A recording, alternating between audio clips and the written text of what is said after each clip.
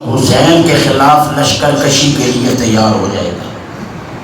اس سبب سے کوفہ کا گورنر ابن زیاد کو بنایا گیا۔ اب میسج آیا کہ اب زیادہ انتظار نہیں کرنی، جاؤ حسین کے پاس اور فائنل معاملہ کرو، یا تو حسین بیعت کا اعلان کریں یا پھر اس معاملے کو ابھی سے ختم کرو۔ مراد یہ تھی کہ ان کو شہید کر دیا جائے، ان کو قتل کر دیا جائے، جو بچ جائے انہیں قیدی بنا لیا جائے۔ اب وہ اس ارادے سے امام حسین کی طرف آئے۔ اللہ اکبر۔ امام علی مقام، چونکہ یہ شہادت ہونی تھی، رسول اللہ نے امام کی پیدائش پہ ہی اعلان عام فرما دیا تھا۔ آسمانوں سے خبریں آ گئی تھی کہ حسین نے کرب و بلا میں شہید ہونا ہے، تو لہذا وہ سب کچھ ہونا تھا، لیکن کچھ بدبختوں کے چہرے امت کے سامنے آنے تھے کہ انہوں نے آل نبی کو اس طرح ستایا۔ اب عصر کے بعد جب وہ فوجی وہاں خیموں کی قریب آئے تو امام علی مقام ایسے اپنی تلوار کے ساتھ ٹیک لگا کے بیٹھے تھے کہ اسی حالت میں آپ کو اونگ آئی، اور اونگ کے حالت میں نبی پاک نے اپنا دیدار عطا فرمایا۔ یہ 9 محرم جمعرات عصر کی نماز کے بعد۔ اب ادھر سے فوجی پیغام لے کے آ رہے ہیں کہ اب زیادہ انتظار نہیں، یا لڑو یا پھر بیعت کا اعلان کرو، دوسری کوئی صورت نہیں ہے۔ اس حالت میں جب فوج کے گھوڑوں کی آوازیں زیادہ بلند ہوئی نا، تو حضرت سیدہ زینب اور امام علی مقام کے خیمے آپس میں جوڑے ہوئے تھے۔ بہن بھائی کربلا میں اکٹھے رہتے تھے، خیمے 2 تھے لیکن آپس میں جڑے ہوئے تھے۔ جو بات کرنی ہوتی حسین سیدہ زینب سے کرتے، اور جو سیدہ زینب نے کرنی ہوتی وہ اپنے بھائی حسین سے کرتی تھی۔ دونوں بہن بھائیوں کے درمیان ان معاملات میں گفت و شنید ہوتی، چونکہ حسین پاک کے ظاہری حیات تک تو یہ سب کچھ امام کے ذمہ تھا، اور امام کے بعد یہ سب کچھ حضرت سیدہ زینب نے سنبھالنا تھا، تو لہذا باہمی مشاورت کے ساتھ بدلتے حالات کے مطابق بہن بھائی آپس میں مشورہ کرتے رہے، چونکہ امام کو بھی پتا تھا جو میرا ایک بچ جائے گا وہ بھی بیمار ہوگا، جو میرا ایک بچ جائے گا وہ بھی بیمار ہوگا، تو اس قافلہ حسینی کی باغ ڈور اور اس قافلہ حسینی کی قیادت تو میری بہن زینب نے کرنی ہے۔ جب ان کے گھوڑوں کی آوازیں بلند ہوئی، حضرت سیدہ پاک زینب کے کانوں میں آواز آئی، ایک دم سے دل بیٹھنے لگا، کہنے لگی اللہ خیر کرے، اللہ خیر کرے۔ چونکہ حالات ان کے سامنے تھے، فرمانے لگیں یہ فوجیوں کے آنے کی آوازیں ہمارے خیموں کے قریب آ گئی ہیں، اللہ خیر کرے، اللہ میرے بھائی کی خیر کرے۔ جتنا درد بھائیوں کا بہنوں کو ہوتا ہے کسی اور کو شاید نہیں ہو سکتا، تو ہر کسی کی بہن اپنے بھائی کے لیے نرم گوشہ رکھتی ہے۔ مجھے بتاؤ تو صحیح نا، جو سیدہ زہرا کی بیٹی ہے اس کے دل میں بھائیوں کی کتنی محبت ہوگی۔ حضرت سیدہ زینب پاک کے دل میں آیا اللہ خیر کرے، یزیدی فوجی ہمارے خیموں کے قریب آ گئے، پتہ نہیں کیا بننے والا ہے۔ آپ نے اپنے خیمے کا پردہ ہٹایا، چونکہ میں نے کہا بہن بھائی کا خیمہ آپس میں جڑا ہوا تھا۔ سیدہ پاک نے اپنے خیمے کا پردہ ہٹایا، ذرا باہر کا معاملہ دیکھوں کیا آوازیں ہیں۔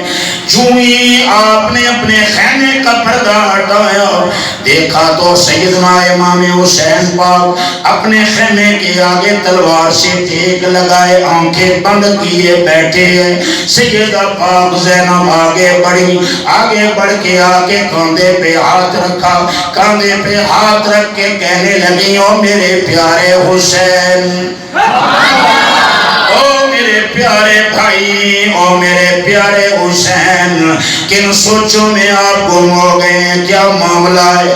اس لمحے امام حسین نبی پاک کا دیدار کر رہے تھے. اس لمحے امام حسین نبی پاک کا دیدار کر رہے تھے. ان کا عالم تھا, نبی پاک خواب میں تشریف لا کے ہدایات فرما رہے تھے. اے میرے بیٹے حسین, آنے والی رات کیسی ہوگی, آنے والا دن کیسا ہوگا, یہ میرے مصطفیٰ آ کے اپنے شہزادے کو بتلا رہے تھے. سیدہ زینب نے کہا میرے بھائی کن سوچوں میں گم ہو گئے ہو. حضرت امام حسین نے آنکھیں کھولی, آنکھیں کھول کے کہا زینب کیا پوچھتی ہو, ابھی خواب کے عالم میں نانا مصطفیٰ نے اپنا دیدار کروایا. سرکار تشریف لائے, حضور نے فرمایا اے میرے بیٹے حسین, یہ جو رات آنے والی ہے, یہ تصویر جو رات آنے والی ہے, یہ آپ کی زندگی کی آخری رات ہے. کل تم ہمارے پاس پہنچنے والے ہو, کل کا دن تمہارا شہادت کا دن ہے. حضرت امام علی مقام کو مصطفیٰ نے یہ فرمایا, گویا امام کو اطلاع کر دی گئی یہ زندگی کی آخری رات ہے, کل دن میں آپ نے شہید ہو جانا ہے. سیدنا امام علی مقام جب یہ بات کر چکے تو اس کے بعد حضرت غازی عباس قریب آئے, آ کے کہا یہ یزیدی فوجی قریب آئے, انہیں کیا پیغام دیا جائے. فرمایا عباس پوچھو وہ کیا چاہتے ہیں,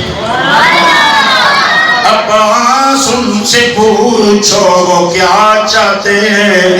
حضرت غازی عباس ان کے پاس گئے, انہوں نے کہا حسین سے کہو یا یزید کی بیعت کا اعلان کریں, یا پھر ابھی معاملہ صاف ہوگا, ابھی مہلت نہیں دے سکتے, اب تمہیں لڑنا پڑے گا, اب تمہیں مقابلے میں آنا پڑے گا, ہم تمہیں کسی صورت اس میدان سے آگے پیچھے نہیں جانے دیں گے. یزید کو نہیں مانتے ہو تو ہم تمہیں قتل کریں گے. یہ جب باتیں ہوئی حضرت غازی عباس واپس لوٹ کے آئے, کہا حضور یہ کہہ رہے ہیں کیا جواب دوں. فرمایا عباس ان سے کہو آج کی رات کی مہلت ہے, سورج نکلے گا تو باتیں ہوں گی, سورج نکلے گا کل کا تو پھر باتیں میدان میں ہوں گی. اب تو شام ہونے والی ہے, مانا یہ ہے علی والے چھپ کے نہیں لڑتے, اب تو سورج ڈھلنے والا ہے, اب تو شام ہونے کو ہے, ہم راتوں میں چھپ چھپ کے حملے کرنے والے نہیں, ہم تو دن کے اجالے میں تلواریں لہرانے والے ہیں. فرمایا آج کی رات کی مہلت ہے, کل کا دن نکلے گا تو بات ہوگی. حضرت غازی عباس واپس لوٹ کے آئے, آ کے کہنے لگے اے امام ان کو آپ نے جانے دیا, باقی فوجیوں کے حوصلے بلند ہو جائیں گے, شاید حسین یا حسین کے ساتھی لڑنے سے ڈر گئے ہیں, اگر ہم ان کو تہتے کر دیتے تو یقیناً ان تک یہ پیغام پہنچتا, بے شک ہم پیاسے ہیں لیکن علی والے ہیں, بے شک ہم پیاسے ہیں لیکن علی والے ہیں. حضرت امام حسین نے فرمایا بھائی عباس معاملہ یہ ہے, تم جانتے ہو نا مجھے تلاوت سے کتنا پیار ہے, تم جانتے ہو نا مجھے عبادت سے کتنا پیار ہے, تم جانتے ہو نا مجھے توبہ استغفار کرنے سے کتنی محبت ہے. کہنے لگے جی حضور میرے علم میں ہے, آپ بہت تلاوت کو محبوب رکھتے ہیں, آپ عبادت کو بہت محبوب رکھتے ہیں, آپ سجدوں کو بہت محبوب رکھتے ہیں, آپ توبہ استغفار یہ کرنے کو بہت محبوب رکھتے ہیں. فرمایا عباس پاس ابھی تھوڑی دیر پہلے نانا پاک تشریف لائے تھے. سرکار نے فرمایا یہ رات میری زندگی کی آخری رات ہے, میں یہ چاہتا ہوں اس آخری رات میں جی بھر کے قرآن کی تلاوت کروں. میں یہ چاہتا ہوں اس آخری زندگی کی آخری رات میں جی بھر کے نماز پڑھ لوں, جی بھر کے سجدے کر لوں, جی بھر کے استغفار کر لوں. حضرت امام حسین پاک کا یہ اعلان تمام حبہ میں اہل بیت کے لیے ہے. حضرت حسین کی زندگی کی آخری رات آئی, حسین پاک نے وہ رات تلاوت قرآن میں گزاری ہے. حسین کریم نے وہ رات سجدوں میں گزاری ہے. حسین پاک نے وہ رات اللہ اللہ کرتے گزاری ہے. میرے اور آپ کے امام نے وہ رات استغفار میں گزاری ہے. اس کا معنی یہ ہے حسین قرآن سے محبت کرنے والے ہیں, حسین سجدوں سے محبت کرنے والے ہیں, حسین توبہ استغفار کرنے سے محبت کرنے والے ہیں. حسین پاک کا یہ کردار ہے تو حسینیوں کو بھی تو ان اعمال سے پیار ہونا چاہیے. اور وہ حسینی جن کا یہ نعرہ ہے یہ دل بھی حسینی ہے, یہ جان بھی حسینی ہے. کہہ دیں ذرا یہ دل بھی حسینی ہے, یہ جان بھی. سب کی آواز آنی چاہیے. کوئی یزیدی ہماری صفوں میں نہیں, ہماری صفوں میں سب حسینی ہوتے ہیں. پیار کی آواز آنی چاہیے. یہ دل بھی حسینی ہے, یہ جان بھی حسینیوں. آواز آنی چاہیے. 11 محرم ہے, یہ آواز کہیں پہنچ رہی ہے. یہ آواز کوئی سن رہا ہے, آج میری آواز کو کوئی سن رہا ہے, آپ کی آواز کو بھی کوئی سن رہا ہے. اس کیفیت میں کہہ دیں یہ دل بھی حسینی ہے, یہ جان بھی حسینی ہے, یہ دل بھی حسینی ہے, یہ جان بھی ہے. الحمد کے اپنا تو ایمان بھی حسینی ہے.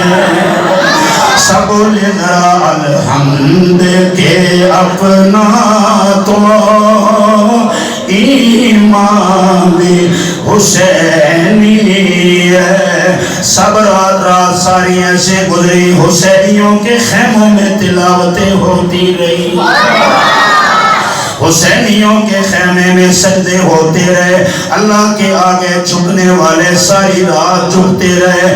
اللہ اللہ. اب سننا ذرا, جب 10ویں رات عشاء کا وقت ہوا, میرے امام نے فرمایا علی اکبر بیٹا اذان پڑھو. 10 محرم 10ویں رات 61 ہجری جمعرات گزر چکی ہے, جمعہ آنے والا ہے, جمعہ کی رات ہے. عشاء کی اذان کا وقت ہوا. امام نے فرمایا بیٹا علی اکبر اذان دو. اذان دینا مصطفیٰ کے لاڈلوں کی سنت چلی آ رہی ہے. اذان دینے والے کو معمولی نہ سمجھنا, یہ پیاروں کی ادا کو ادا کرنے والے ہوتے ہیں. میرے امام نے فرمایا علی اکبر اذان دو. حضرت سیدنا علی اکبر نے کربلا میں اذان دی. میں یہ کہنا چاہتا ہوں آج 1400 سال کے بعد جو ہمارے گلستان حضرت بابو جی مدرسہ میں پڑھنے والا بچہ اذان دے, اچھے لب و لہجے کے ساتھ اذان دے, لوگ آرام سے سنتے ہیں, کہتے یار بڑے اچھے تلفظ کے ساتھ بچہ اذان دے رہا ہے, اس اذان کو غور سے سننا چاہیے. میں نے کہا 1400 سال کے بعد ایک حسین کے غلاموں کے ادارے میں پڑھنے والے بچے نے اذان دی، سب نے کان لگا کے سنا، محبت سے سنا۔ ذرا سوچو تو صحیح اس اذان کی لذت کا عالم کیا ہوگا جو حسین کا شہزادہ شبیہ مصطفیٰ دے رہا ہوگا۔ حضرت علی اکبر جب اللہ اکبر کی صدا بلند کر رہے ہوں گے، حضرت علی اکبر کے لبوں سے اللہ اکبر کی صدائیں نکل رہی ہوں گی، پھر کربلا کے صحرا کا عالم کیا ہوگا، پھر کربلا کی ریت کی کیفیت کا عالم کیا ہوگا۔ حضرت علی اکبر نے اذان دی، حضرت امام حسین نے جماعت کرائی۔ آج لوگ کہتے ہیں یہ ملا کیا ہوتے ہیں، یہ مولوی کیا ہوتے ہیں، یہ مسجدوں کے نمازیں پڑھانے والے کیا ہوتے ہیں، یہ ممبروں پہ بیٹھنے والے کیا ہوتے ہیں۔ میں نے کہا ذرا دیکھ تو صحیح، بے شک کمزوریاں ہو سکتی ہیں لیکن دیکھ تو صحیح نا، یہ مصلی پہ کھڑے ہونے والے کس کی جگہ پہ کھڑے نظر آ رہے ہیں، یہ ممبروں پہ بیٹھنے والے کس کی جگہ پہ بیٹھے نظر آ رہے ہیں۔ ذرا ان جگہوں کی اور ان ہستیوں کا ذہن میں لائیں۔ حضرت امام نے نماز پڑھائی، نماز کے بعد جب میرے امام فارغ ہوئے، فارغ ہونے کے بعد منظر تو آنکھوں کے سامنے تھا نا، صبح کیا ہونے والا ہے، صبح کیا ہونے والا ہے۔ نانا کریم بتا گئے تھے آخری رات ہے۔ عشاء کی نماز کے بعد میرے امام نے سب ساتھیوں کو ایک جگہ جمع کر لیا، فرمایا او مدینہ شریف مکہ مکرمہ سے چل کے میرے ساتھ آنے والوں، آؤ میری بات سنو۔ حسین آج سے تم سے خاص بات کرنا چاہتا ہے، آج میں کوئی خاص بات کرنا چاہتا ہوں، سب میرے قریب ہو جاؤ۔ جب سب قریب ہوئے امام نے فرمایا ان کا مسئلہ ہے تو میرے ساتھ ہے، قتل کرنا چاہتے ہیں تو مجھے کرنا چاہتے ہیں، سر لینا چاہتے ہیں تو میرا لینا چاہتے ہیں، تمہارے ساتھ ان کا کوئی مسئلہ نہیں ہے۔ جب میں ان کا ٹارگٹ ہوں تو اے میرے ساتھ آنے والوں تم تو جانے بچا لو، تمہارے ساتھ تو ان کا کوئی مسئلہ نہیں ہے، تمہارا تو یہ پیچھا نہیں کریں گے، ان کا تو معاملہ میرے ساتھ ہے، مجھ کو اکیلے رہنے دو، آپ سب اپنے بچوں میں واپس چلے جاؤ۔ جو جہاں سے میرے ساتھ آیا تمہارے اخلاص میں کوئی شک نہیں ہے، لیکن حسین کسی کو اپنے لیے ڈھال نہیں بنائے گا۔ لوگ آج کل خود بچتے ہیں، غریبوں کے بچے مرواتے ہیں، اپنی جانیں بچاتے ہیں، غریبوں کے بچے مرواتے ہیں، لیکن واہ مولا علی کے شہزادے تیری ہمتوں اور جرتوں کو سلام۔ امام نے فرمایا مشکل گھڑی ہے، ایک ایک بندے کی ضرورت ہوتی ہے ایسے موقع پر جب لڑائی کا ماحول بن جائے، لیکن اس ماحول میں بھی میرے امام نے فرمایا جو واپس اپنے بچوں میں جانا چاہتا ہے چلا جائے، میں خوش دلی سے اجازت دیتا ہوں، اور جاتے ہوئے میری آل بیت میرے گھر والوں میں سے بھی ایک ایک بندے کو اپنے ساتھ لے لو، میں سب سے راضی ہوں، رات کا سناٹا رات کی تاریکی ہے، چلے جاؤ اپنے بچوں میں رہو۔ لیکن جب میرے امام نے یہ فرمایا سب کے سر جھکے ہوئے تھے، کوئی نہیں سر اٹھا رہا تھا۔ حضرت امام نے فرمایا شاید روشنی ہے، میری سامنے شرمندہ ہونے کی وجہ سے یہ نہیں سر اٹھا رہے۔ آپ نے فرمایا یہ جو تھوڑی بہت روشنی ہے اس کو بھی کل کر دیا جائے، پوری رات اندھیرا چھا جائے، تاریکی چھا جائے، ہو سکتا ہے شرمندگی کی وجہ سے کوئی نہ اٹھ رہا ہو۔ جب آپ نے وہ روشنی کل کروا دی، تھوڑی دیر کے بعد فرمایا روشنی پھر کی جائے۔ اب درمیان میں جو وقفہ گزرا تھا اس کے بعد روشنی ہوئی تو زمین آسمان نے یہ نظارہ دیکھا، حسین کے وفاداروں میں سے کوئی ایک بھی نہیں اٹھا، سارے حسین کے قدموں میں بیٹھے ہوئے، کوئی ایک بھی نہیں اٹھا، سارے وفادار قدموں میں بیٹھے ہوئے تھے۔ یہ منظر میرے امام نے دیکھا، آپ اپنے خیمے سے اٹھے، خیمہ زینب میں آئے، جو ہی سیدہ زینب کے خیمے میں پہنچے امام علی مقام کی آنکھیں اشکبار ہو گئی. زینب پاک کہنے لگی کس بات نے رلا دیا آپ کو؟ امام فرمانے لگے زینب میرے وفاداروں کی وفا نے مجھے رلا دیا ہے. اوہ پیار سے بولو ذرا سبحان اللہ. جفا والوں کی جفا بھی یاد رہے گی, وفا والوں کی وفا بھی یاد رکھی جائے گی. اب میرے امام نے ان سب کو جمع کیا. آخری جملہ سنیے پھر نماز.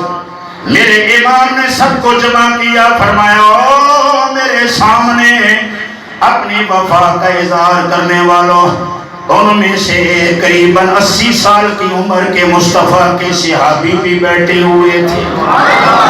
حضرت ابی بن مزاحم ان کا نام ہے. ان کی قبر کربلا میں امام حسین کے پاس ہے. امام حسین کے روضہ مبارک کے ساتھ ان کی زری بنی ہے. ابی بن مزاحم کا وہاں پہ مزار دربار ہے. امام کے قدموں میں آرام کر رہے ہیں. وہ قریباً 80 سال کی عمر کے تھے. انہوں نے یہ خیال کیا شاید امام حسین نے میرے بڑھاپے کی وجہ سے یہ بات کی ہو کہ جاؤ لوٹ جاؤ اپنے بچوں میں جاؤ چلے جاؤ. آپ کہنے لگے اے امام مدینہ سے چلے مکہ میں آئے, مکہ میں رہے, پھر کربلا میں آئے, بڑی دور کا سفر کر کے منزل 80 سال کا بوڑھا مصطفیٰ کا صحابی مصطفیٰ کے بچوں کا کیسے دفاع کرتا ہے. یہ باتیں ہوئی. امام نے فرمایا او میرے وفادارو تمہاری وفا بھی وفا یاد رکھی جائے گی. آپ نے فرمایا کسی کے ساتھی ایسے وفادار نہیں ہوں گے جیسے حسین کو اللہ نے وفادار ساتھی عطا فرمائے. اے میرے وفادارو آؤ میں تمہیں ایک نظارہ کرانا چاہتا ہوں. سب جمع ہوئے. آپ نے فرمایا سب آسمان کی طرف دیکھو. سب نے جب امام حسین کے کہنے پہ آسمان کی طرف دیکھا اللہ نے سارے پردے ہٹا دیے. کربلا میں ہی حسینیوں کو اللہ نے جنت کے ٹھکانے دکھا دیے. فرمایا او مجھ سے وفا کرنے والوں اپنی آنکھوں سے جنت میں اپنے محل دیکھ لو. اپنی جنت میں اپنے محل دیکھ لو. اب حضرت امام حسین کے وفاداروں نے جنت میں اپنے ٹھکانے دیکھ لیے, جنہیں ہر چیز دکھا دی گئی, جنہیں نظارہ کروا دیا گیا, جنہیں عین الیقین تک پہنچا کے حق الیقین کے درجے تک پہنچایا گیا. اسی لیے تو بھوکے تھے پیاسے تھے, لیکن کائنات کے لوگ دم بخود ہیں.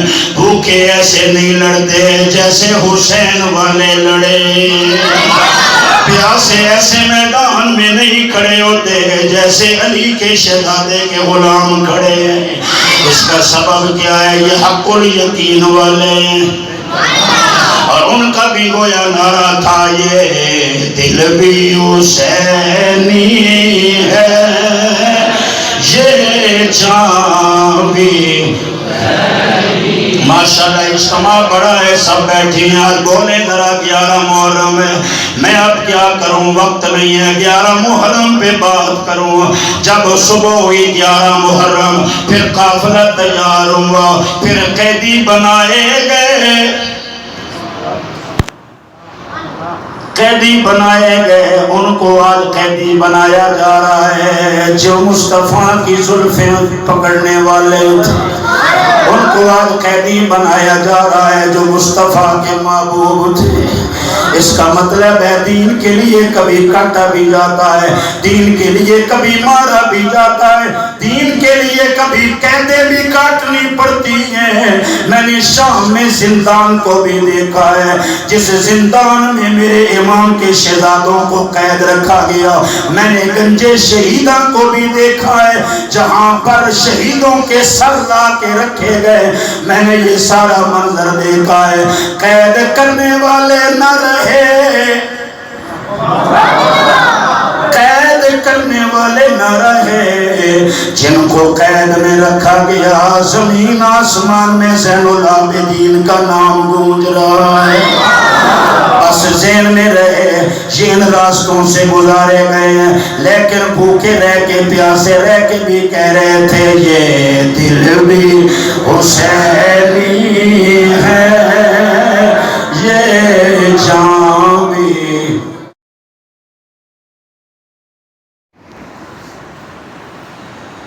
مٹانے والے مٹ گئے، مٹنے والے آج بھی چمک رہے ہیں۔ جو اللہ کے لیے مٹے، جو دین کے لیے مٹے، جو قرآن کے لیے مٹے، جو امت کی بہتری کے لیے قربان ہوئے، امت کی کشتی کو ساحل مراد تک لگایا مولا علی کے شہزادوں نے۔ آج میں مسلمان ہوں، آپ مسلمان ہیں، میں نمازی ہوں، آپ نمازی ہیں، مجھے اللہ نے کلمہ دیا، آپ کو دیا، مسجدوں کی بہاریں ہیں، قرآن کی تلاوتیں ہیں، یہ سب کچھ صدقہ ہے مولا علی کے شہزادوں کی قربانیوں۔ اللہ تعالیٰ ان کے صدقہ سے ہمارے حال پہ رحم فرمائے۔ اگلے جمعہ کو انشاءاللہ